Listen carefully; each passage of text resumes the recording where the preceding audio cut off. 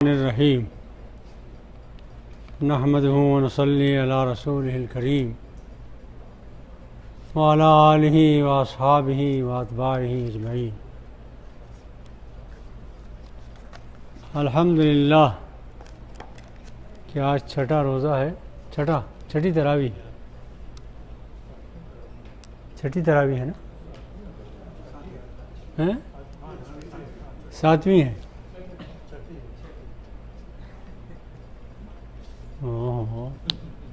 یہودیوں میں تو اختلافات بہت بعد میں پیدا ہوئے، ہمیں چھٹے ہی روز پیدا ہو گئے۔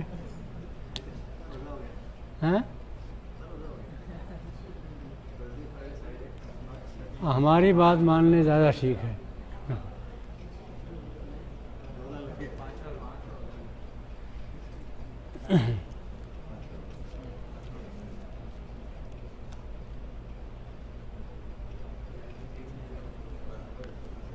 آج یہ سورت ہے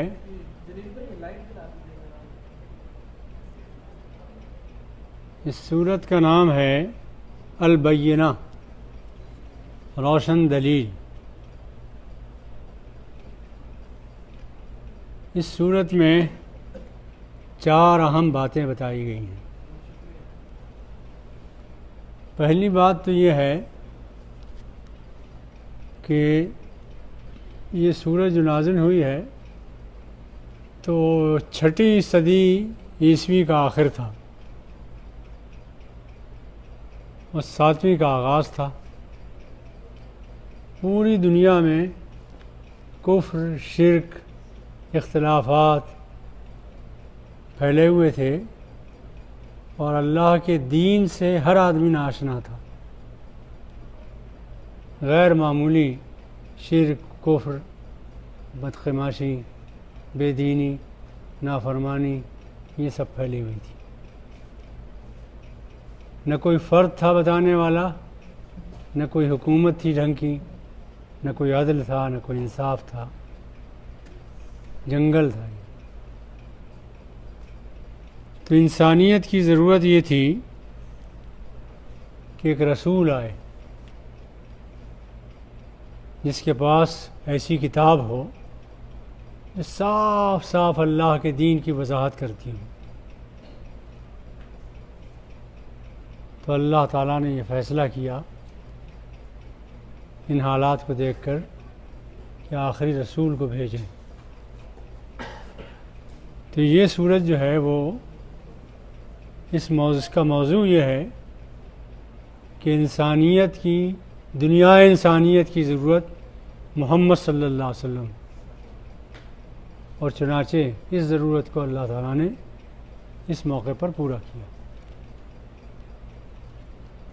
یہ 2 خاندان پائے جاتے تھے، ایک ابنائے اسماعیل اور ایک ابنائے بنی اسرائیل۔ ایک بنی اسرائیل تھے جس میں یہ یہود تھے، نصارہ تھے، یہ سب لوگ تھے، اور ایک ابنائے اسماعیل تھے جس میں مشرکین عرب بھی شمار ہوتے تھے، ایک یہ پائے جاتے تھے۔ مگر ہر طرف اندھیرا تھا۔ 5 بڑے بڑے فرقے تھے ان میں، یہودیوں میں، جو ایک دوسرے کو کسی طرح برداشت نہیں کرتے تھے، مسلم کہنا بھی گوارا نہیں کرتے تھے، ان کے ایمان سے بھی مطمئن نہیں تھے، اور ان میں بھی بے شمار پیدا ہو چکے تھے۔ پھر ان دونوں کے درمیان، یہود و نصارہ کے درمیان، بہت بڑی بڑی جنگیں، بڑے بڑے فسادات، بڑی بڑی تباہیاں ہوئیں۔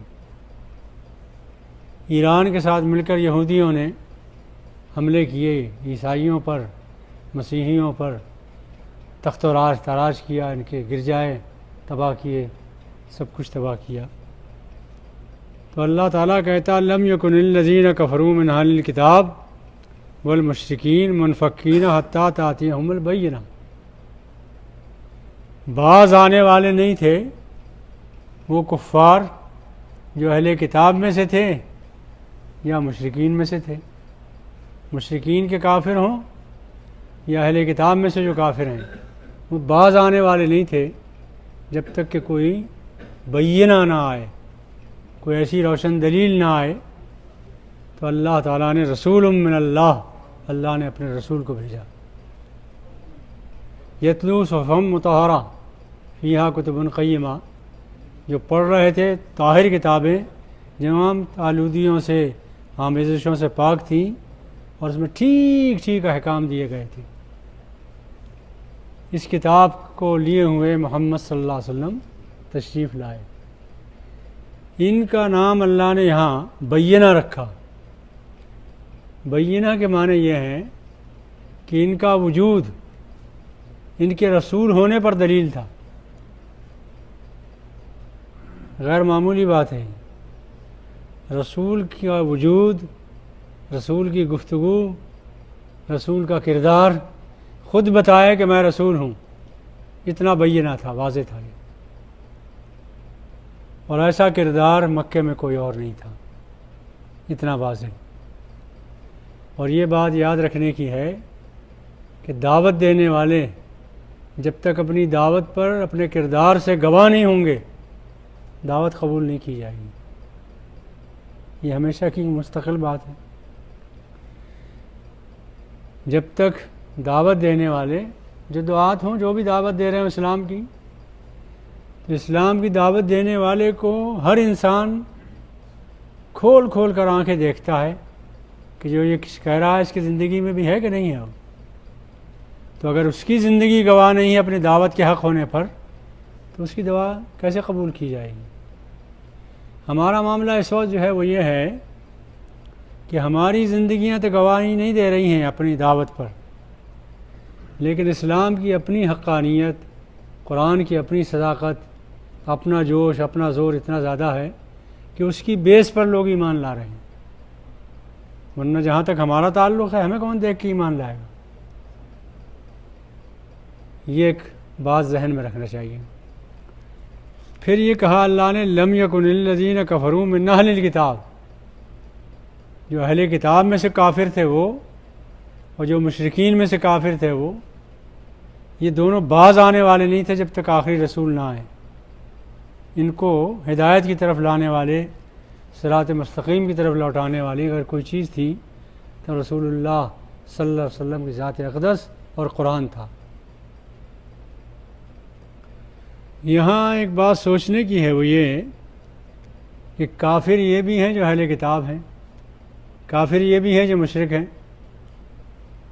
ان کو بھی کافر کہا، ان کو بھی کافر کہا قرآن نے، لیکن دونوں کے کفر میں فرق ہے،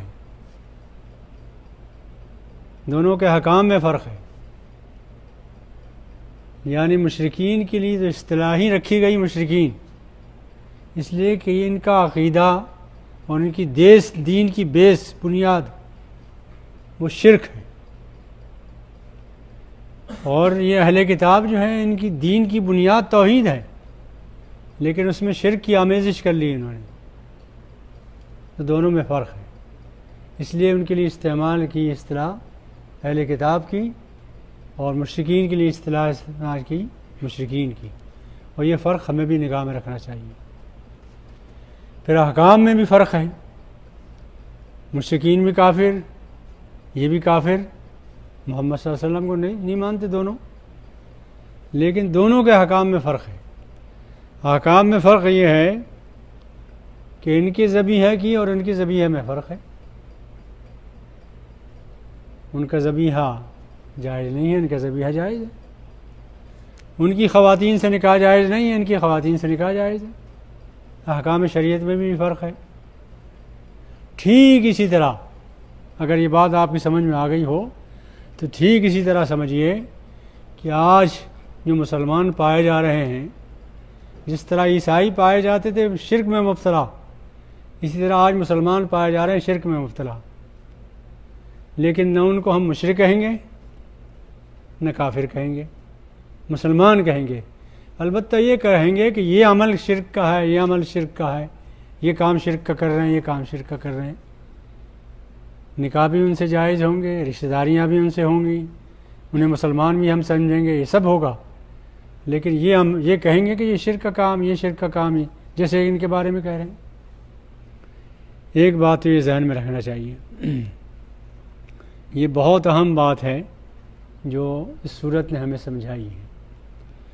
رسول من اللہ یتلو صحفا مطہرہ فیہا کتب قیمہ، ایک رسول آئے ان کے پاس جو بینہ تھے، ان کی کردار، ان کی زندگی خود گواہ تھی اس بات پر کہ یہ آخری رسول ہیں۔ وہ تلاوت کرتے ہوئے آئے پاکیزہ، بے آمیز، مطہر صحیفوں کی۔ پیغمبروں پر جو کتابیں نازل ہوئیں ان کو صحیفے کہتے ہیں۔ فیہا کتب قیمہ، جس میں احکام تھے درست، ٹھیک، صحیح احکام تھے، افراط تفریط سے پاک تھے، اور جو اللہ کی طرف سے سیدھے آئے تھے وہ احکام انہوں نے پیش کیے۔ یہ تفرقہ جو پیدا ہوا اور گروہ پیدا ہوئے، مختلف اختلافات پیدا ہوئے، بے پناہ اختلافات ہیں اس میں، مشرکی ان میں، یہود میں اور عیسائیوں میں بے پناہ فرقے ہیں اور بے پناہ اختلافات ہیں۔ لیکن کہہ رہا ہے اللہ تعالیٰ کہ یہ اختلافات ایسا نہیں ہے کہ ہمیشہ سے رہے ان میں، بلکہ ان کی طرف تو بینہ آیا تھا، صاف نصیحتیں آئی تھیں، کتاب آئی تھی۔ وما تفرق الذین اوتوا الکتاب الا من بعد ما جاءتهم البینہ، ان کے پاس روشن دلیلیں آئی تھیں، تورات آئی تھی، انجیل آئی تھی، زبور آئی تھی، یہ سب کتابیں آئی تھیں، واضح ہدایتیں آئی تھیں، لیکن انہوں نے ان ہدایات کو پس پش ڈال کر اس میں تحریف کر ڈالی، بدل ڈالی، اپنی طرف سے کچھ عقیدے گھڑے۔ چنانچہ یہود نے عزیر کو اللہ کا بیٹا بنا لیا، حضرت عزیر کو، اور عیسائیوں نے عیسیٰ علیہ السلام کو اللہ کا بیٹا بنا لیا۔ یہ اس شرک میں مبتلا ہوئے، وہ اس شرک میں مبتلا ہوئے۔ لقد کفر الذین قالوا ان اللہ هو المسیح ابن مریم، عیسائیوں نے شرک یہ کیا اور کفر یہ کیا کہ عیسیٰ ابن مریم کو اللہ بنا ڈالا۔ وقالت الیہود عزیر ابن اللہ، اور انہوں نے کہا یہودیوں نے کہ عزیر اللہ کے بیٹے ہیں، انہوں نے یہ شرک کیا۔ تو اللہ کا دین، واضح دین آنے کے باوجود انہوں نے یہ گمراہیوں میں مبتلا ہوئے، اور اس پر مفسرین نے، محدثین نے، تاریخ دانوں نے سن 6 ہجری کا جو آخر ہے اس پر بڑی کتابیں لکھی ہیں، بڑی وضاحتیں لکھی ہیں، کیا حالات تھے اس وقت، کس طرح لوٹ مار تھی دنیا میں، کس طرح تباہیاں تھیں، کس طرح بربادیاں تھیں۔ اینٹ سے اینٹ بجا دی تھی عیسائیوں کے چرچوں کی ان لوگوں نے، گرجاؤں کی، یہودیوں نے۔ انہوں نے جب حملے کیے تو ان کے معبدوں کو ختم کر دیا اور قتل عام کیا انہوں نے بھی اور انہوں نے بھی، اس طرح کے اختلافات چلتے رہے۔ اس دور میں اللہ تعالیٰ کی رحمت جوش میں آئی اور اللہ نے محمد صلی اللہ علیہ وسلم کو بھیجا تاکہ ان کے اختلافات دور ہوں اور ان کو دین کی تعلیم دی جائے۔ تو 2 باتیں ہوئیں، ایک تو بات یہ میں نے عرض کی کہ دنیا انسانیت کی ضرورت بن کر آئے محمد صلی اللہ علیہ وسلم، اور قرآن ساتھ لے کر آئے۔ خالی قرآن نہیں آیا، پہلی صورت تھی سورہ علق، اقرا، جس میں کہا گیا تھا کہ 5 آیتیں نازل ہوئیں، وہی نازل ہوئی۔ دوسری آیت تھی کہ ہم نے قرآن فلاں وقت نازل کیا، اس کی قدر و منزلت یہ ہے۔ اور اب یہ کہا اس صورت میں کہ وہی بھی آئی، قرآن بھی نازل ہوا، لیکن اس کے ساتھ ضرورت تھی رسول کی بھی، رسول کے بغیر ہدایت نہیں ہو سکتی تھی، تو ہم نے رسول بھی نازل کیے، رسول کی بعثت ہوئی۔ دوسری بات یہ کہی کہ یہ اختلافات ان میں۔ تیسری بات اللہ تعالیٰ نے یہ کہی کہ کوئی دین بھی ایسا نہیں ہے جس میں حق نہ آیا ہو، اور جو باتیں محمد صلی اللہ علیہ وسلم کو بتائی گئیں ٹھیک یہی باتیں موسیٰ علیہ السلام کے پاس بھی آئیں، ٹھیک یہی باتیں عیسیٰ علیہ السلام کے پاس بھی آئیں، ان سب کا دین ایک تھا۔ خوش نصیب امت ہے یہ محمد صلی اللہ علیہ وسلم کی کہ یہ تمام انبیاء کو مانتی ہے۔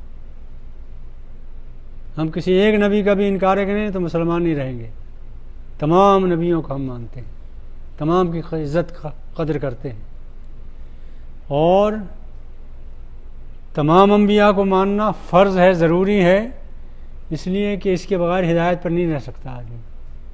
کسی ایک نبی کا بھی انکار کریں گے تو تمام انبیاء کا انکار ہو جائے گا، کسی ایک نبی کو بھی نہیں مانیں گے تو سب کا انکار ہو جائے گا۔ مثال سے ایسا سمجھیے، میرے ہاتھ میں قرآن ہے، یہ قرآن ہے میرے ہاتھ میں، ان کے ہاتھ میں بھی قرآن ہے، ان کے ہاتھ میں بھی قرآن ہے، ان کے ہاتھ میں بھی قرآن ہے۔ آپ کہیں کہ صاحب میں ان تین کو تو مانتا ہوں کہ قرآن ہے ان کے ہاتھ میں، مگر اس چوتھے کو نہیں مانتا کہ اس کے ہاتھ میں قرآن ہے۔ چوتھے کو اگر نہیں مانا آپ نے سب کا انکار کر دیا، ٹھیک ہے نا؟ یہ ہے اصل بات۔ تو یہ امت جو ہے، یہ امت مسلمہ، اس کو اللہ نے فوقیت اور عظمت دی ہے کہ یہ تمام انبیاء کو مانتی ہے۔ آج عیسیٰ علیہ السلام کی کوئی توہین کرے ہمارے سامنے، ہم برداشت نہیں کریں گے۔ کوئی انکار کرے موسیٰ علیہ السلام کا یا توہین کرے، ہم نہیں برداشت کریں گے، اس لیے کہ اللہ کے نبی ہیں، رسول ہیں۔ لیکن یہود اس لیے یہود رہ گئے، مسلمان نہیں ہوئے، یہود رہ گئے کہ انہوں نے انکار کیا محمد صلی اللہ علیہ وسلم کا۔ عیسائی اس لیے عیسائی رہ گئے کہ انہوں نے انکار کیا محمد صلی اللہ علیہ وسلم کا، اور کسی ایک نبی کا انکار سب کا انکار ہے۔ ایک بات اور سوچنے کی ہے،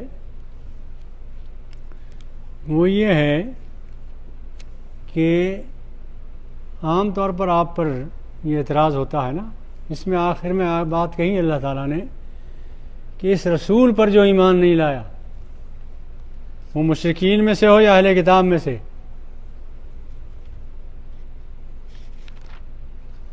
ان الذین کفروا من اہل الکتاب، کفر کیا ان لوگوں نے جو اہل کتاب ہیں، یا کفر کیا مشرکین نے، نہیں مانا رسول کو، محمد صلی اللہ علیہ وسلم کو۔ تو رسول کو اگر مشرکین نہ مانے تب، اور اہل کتاب ایمان نہ لائے رسول محمد صلی اللہ علیہ وسلم پر تب، فی نار جہنم خالدین فیہا، تو نار جہنم میں ہمیشہ ہمیشہ رہیں گے، ان کی کوئی نیکی قبول نہیں۔ یہ ایک سوال اٹھتا ہے اس ملک میں بہت کہ صاحب مسلمان تو بے عمل ہے، کوتاہ کار ہیں، کچھ نہیں کر رہے ہیں، اور عیسائیوں کے اتنے نیکی کے کام ہوتے ہیں، یہودیوں کے اتنا نیکی کے کام ہو رہے ہیں، تو یہ سب کیا ضائع جائیں گے؟ تو اصل چیز ایمان ہے۔ اللہ تعالیٰ نے کہا ہے ایمان لانا ضروری ہے۔ محمد صلی اللہ علیہ وسلم کے تشریف لانے کے بعد اب یہود ہوں یا نصارہ ہوں یا مشرکین ہوں، ان پر ایمان لانا ضروری ہے، نجات کے لیے بھی، جنت میں جانے کے لیے بھی، خدا کو راضی کرنے کے لیے بھی۔ ان پر ایمان لائے بغیر کام نہیں ہوگا۔ واضح رہی نا بات؟ الحمدللہ ذہن میں رہنا چاہیے بات، بہت اہم بات ہے یہ۔ ان الذین کا اچھا، وہ بات تو صاف ہو گئی کہ اللہ تعالیٰ نے تمام انبیاء کو ایک ہی تعلیم دی تھی، ان کو بھی وہی تعلیم دی تھی، مگر انہوں نے بدل ڈالا۔ فویل للذین یکتبون الکتاب بایدیہم، برا ہو ان کا، تباہی ہو ان کے لیے، یہ اپنے ہاتھوں سے کچھ لکھ ڈالتے ہیں راتوں کو، صبح کو کہتے ہیں کہ اللہ نے کتاب بھیجی ہے، تو یہ اس میں ان کتابوں میں ملاوٹ کر دی گئی، طرح طرح کی چیزیں ملائی گئی۔ حالانکہ آسمان سے جو کتابیں نازل ہوئی تھیں وہ مطہرہ تھیں، بالکل پاک تھیں، صاف تعلیم تھی، کتب قیمہ تھی، سیدھی سیدھی راست تعلیم تھی اس میں۔ لیکن آج کی تورات آپ پڑھیں تو بعض چیپٹر آپ شریف لوگوں کے سامنے پڑھ نہیں سکتے، ایسی چیزیں ملا دیں، ایسے ہی عشقیہ باتیں بھی ہو گئیں اس میں، جنسی باتیں بھی ہو گئیں اس میں، اور خاص طور پر یہ ہندوؤں کی کتابیں جو ہیں دیومالائی، انہیں آپ پڑھیں تو جنسی آوارگی میں ان کے دیوتا مبتلا ہیں، اور وہ دیوتا ہیں۔ عجیب ہے معاملہ۔ تو آسمانی کتاب وہی ہوگی جو مطہرہ ہو اور قیمہ ہو، سیدھی سیدھے تعلیم، راست راست تعلیم، عقل تسلیم کرتی ہو، ضمیر تسلیم کرتا ہو، فطرت تسلیم کرتی ہو۔ ان الذین کفروا من اہل الکتاب والمشرکین فی نار جہنم خالدین فیہا اولئک هم شر البریہ۔ ایک بات اور ذہن میں رکھنے کی ہے کہ جس وقت یہ صحیح تعلیم پر تھے، یہود ہوں یا نصارہ ہوں، صحیح تعلیم پر تھے، اس کا نقشہ کھینچا ہے قرآن نے، وہ بھی آپ کو سنا دیں، اچھا رہے گا انشاءاللہ۔ دیکھیے اللہ تعالیٰ کہتا ہے وَمَن يَرْغَبُ عَن مِّلَّةِ إِبْرَاهِيمَ إِلَّا مَن سَفِهَ نَفْسَهُ، ابراہیم کے دین سے ملت سے کون روگردانی کرے گا سوائے اس کے جو بیوقوف ہو، عقل سے پیدل ہو. من سفیہ نفسہ. وَلَقَدِ اصْطَفَيْنَاهُ فِي الدُّنْيَا، دنیا میں ان کا انتخاب کر لیا تھا ہم نے. وَإِنَّهُ فِي الْآخِرَةِ لَمِنَ الصَّالِحِينَ، اور آخرت میں وہ صالحین میں سے ہوں گے. اِذْ قَالَ لَهُ رَبُّهُ أَسْلِمْ، ابراہیم سے کہا اللہ تعالیٰ نے اسلام قبول کرو. قال اسلمت لرب العالمین، انہوں نے کہا میں اسلام لایا رب العالمین کے لیے، اسلام قبول کیا انہوں نے، وہ مسلم تھے. اس کے بعد فرمایا وصّىٰ بہا ابراہیم بنیہ و یعقوب، اور وصیت کی ابراہیم نے اپنے اولاد کو اور یعقوب علیہ السلام کو کہ اے میرے بیٹو ان اصطفیٰ لکم الدین، اللہ تعالیٰ نے دین اسلام تمہارے لیے پسند کیا ہے. فلا تموتن الا وانتم مسلمون، تمہیں موت نہ آئے مگر اسی دین پر، اسلام پر تمہیں موت آئے، مسلم ہو کر مرو. پھر اور آگے بیان کیا اللہ نے کہ جس وقت یعقوب علیہ السلام کی وفات ہو رہی تھی، بستر مرگ پر لیٹے ہوئے تھے، انہوں نے اپنی اولاد کو بلایا اور ان سے پوچھا اذ قال لبنیہ ما تعبدون من بعدی، اے میری بچوں میں تو رخصت ہو رہا ہوں، اب تم میرے بعد کس کی بندگی کرو گے؟ قالوا نعبد الہ کا، ہم بندگی کریں گے آپ کے رب کی، آپ کے الہ کی. و الہ آبائے کا، اور آپ کے آباء و اجداد کے رب کی، ابراہیم ہیں، اسماعیل ہیں، اسحاق ہیں، الہ واحدہ جو الہ واحد ہے. ونحن لہ مسلمون، اور ہم مسلمان رہیں گے. یہ وعدہ کیا تھا بنی اسرائیل نے اپنے باپ سے. یہ سب مسلمان تھے، مسلم تھے، انہوں نے وعدہ بھی کیا تھا مسلم تھے، رہیں گے. لیکن ہوا کیا کہ آخر کار انہوں نے اسلام کا نام اپنے سے کھرچ دیا، نصارہ بن گئے، یہود بن گئے. ٹھیک ہے نا؟ اس طرح ہم بھی پوری کوشش کر رہے ہیں کہ کسی طرح اسلام نام کو، مسلمان نام کو کھرچیں. چنانچہ آپ پوچھیں گے نا کہ آپ کون ہیں، بتائیں گے صاحب میں سنی مسلمان ہوں، میں شیعہ مسلمان ہوں، میں بریلوی مسلمان ہوں، میں دیوبندی مسلمان ہوں. اس دیوبندیت کو، اس بریلویت کو، اس شیعیت کو، اس سنیت کو اہمیت دینے لگے ہیں ہم لوگ بھی. یعنی یہ گروہ بندیاں، تفرقہ بازی، اس کی اہمیت پیدا ہو گئی ہے. حالانکہ اللہ تعالیٰ نے کہا ان سب سے پیچھا چھڑاؤ. واعتصموا بحبل اللہ جمیعا ولا تفرقوا، فرقہ فرقہ نہ بنو، ایک امت بن کر رہو. وہ قرآن و سنت کی بنیاد پر بن سکتے ہو، مسلکوں کی بنیاد پر نہیں بن سکتے. تو ان کا بھی حال یہی تھا، ہم بھی وہی کرنے کی کوشش کر رہے ہیں، لیکن ہم شاید کامیاب نہیں ہوں گے. اللہ کی مشیت ایسی ہے کہ ہم کامیاب نہیں ہوتے. ہمیں کہنا پڑتا ہے کہ ہم مسلمان تو ہیں لیکن دیوبندی ہیں، مسلمان تو ہیں لیکن بریلوی ہیں، اور سنتوں بھرا اجتماع ہوتا ہمارا، سنتوں بھری جلوس ہوتا ہمارا. اس طرح کا کہنا پڑتا ہے ہمیں.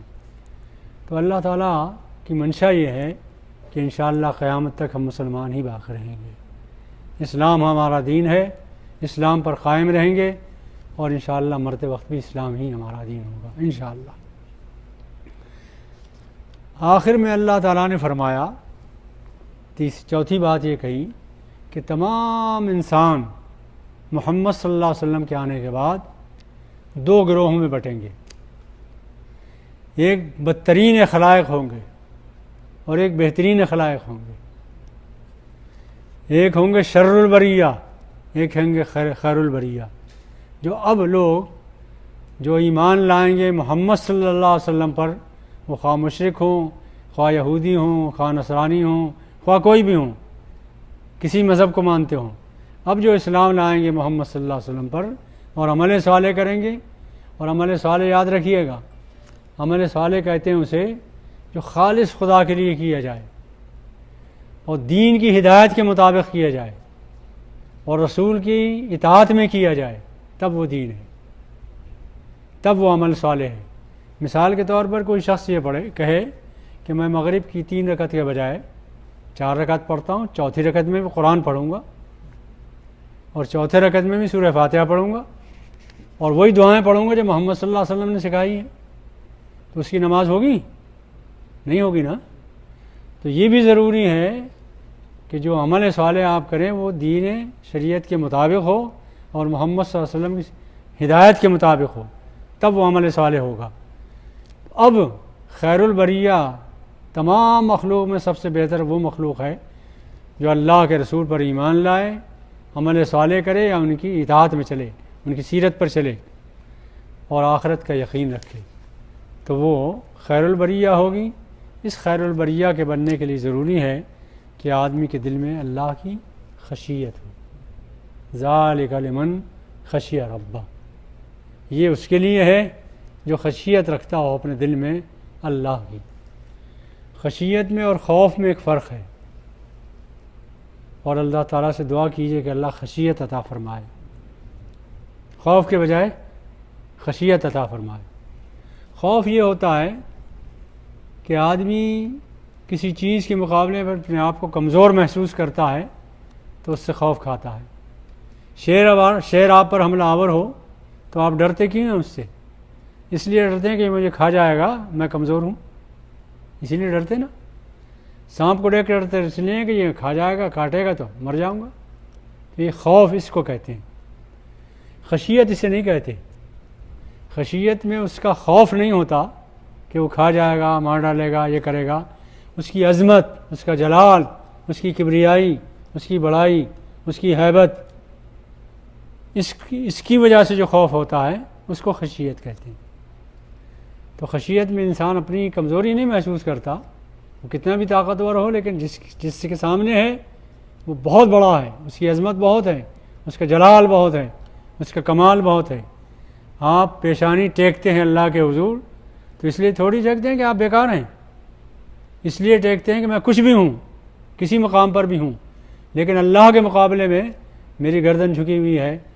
سب سے زیادہ زمین نیچی چیز ہے، اس پر میں نے اپنی جبین، اپنی سب سے اعلیٰ چیز رکھ دی ہے. اس خدا کے سامنے میں کچھ نہیں. یہ مفہوم ہوتا ہے اس کا. اس خشیت کو اللہ تعالی ہمیں عطا فرمائے. وآخر دعوانا الحمدللہ رب العالمین.